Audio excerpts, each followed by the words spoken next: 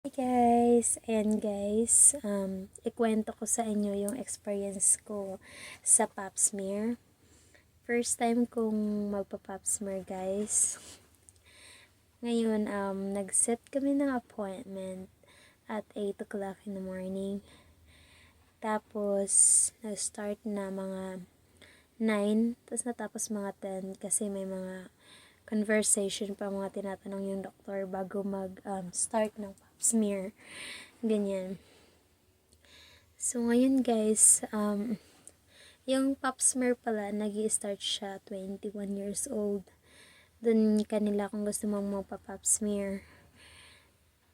Ngayon, since more than age na tayo dyan. So, tinatanong nila ako kung nagpa-pap smear ba daw ako before. May idea ba daw ako what is a pap smear. So, sabi ko, wala akong idea about hindi ako naka-experience ng pap smear. Pero may idea ako about the pap smear based in the Google. Ayun, I don't know what is the meaning for you guys or how is this process, ganyan. May pinagkaiba ba sa Google or sa YouTube? So, yun yung sinasabi ko sa doctor ko, sa OB. Ngayon, so yun na nga. Una, tinaano mo na, chine-check muna nila yung heartbeat ng baby. Tapos, nun, inano nila kasi muna ako guys, nag-urine muna ako bago ako pumunta dun sa pap smear room. Tapos ko nag-urine ngayon, tapos nang chinek yung heartbeat ng baby, pinunta na nila yung urine result. So, habang lay down na nakahiga ako doon sa bed nila na kung saan ipapap smear ako ngayon. So, yun na nga guys. Grabe, parang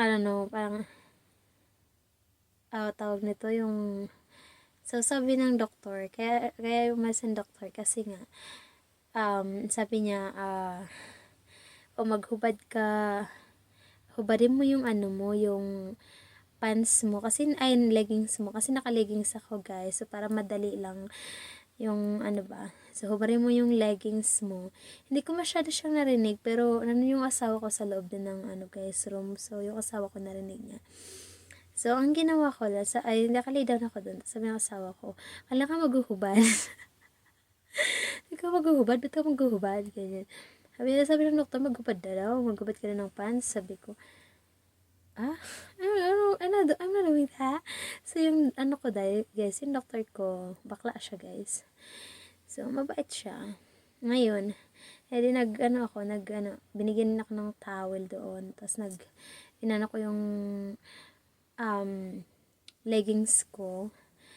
Tapos, hindi ko alam, nakuha rin pala lahat. So, ngayon, iniwan ko yung underwear ko, yung leggings lang yung hinubad ko. So, pumasok na yung doktor, kasi tapos na nga ako naghubad, ganyan. Tapos, doktor tsaka nurse, sabi niya, mag-start na tayo to do pap smear, ganyan. Tapos, lay down na, bukaka ka. Tapos, sabi na doktor, pagtingin niya sa open your legs, be wide open. Tapos sabi niya, oops, why you still have underwear? Sabi ko sa nurse, I don't know.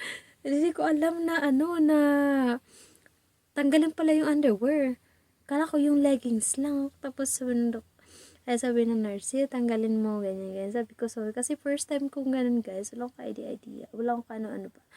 Tsaka, yun na nga. So, ngayon, hinubad ko na yun. Lumabas ulit yung doktor kasi nga bakla yung doktor ko or lalaki. Tapos yung nurse lang nasa loob, tsaka yung asawa ko. Sinubad ko yung underwear ko, tapos balik ulit sa bed. Tapos sabi ng doktor, pasok na ba ako? Tapos sabi ng nurse, yeah. Tapos noon na guys, nagsimula na yung pap smear. Mga ilang lang siya, mga 45 minutes lang yun guys, yung kami sa room. Tapos, ayun, ang weird kasi, parang hindi ako sanay na, yung bubuka ka sa, yung sa iba, pero kailangan. I mean, kasi yung doktor ko, since lalaki, ay bakla, ganyan. So, parang di ako sanay na iba yung nakakatingin. Ganun, guys, alam nyo na yun. So, okay naman yung guys, yung pap smear kasi, nila kung safe yung baby, yung may cancer, ganyan, or ibang things. Ayun, guys. So, ayun, sawa naman ni God. Maganda naman yung result, guys. So, yun lang yung experience ko. Ang weird lang kasi ipapops more ako, naka-underwear pa ako. So, diba? So, dapat pala, pag ipapops more ka, talagang hubad yung pants mo at saka yung underwear mo. Ayun, guys. So, ang awkward. Pero okay lang kasi natapos naman na. So, yun lang, guys. And next update, see you.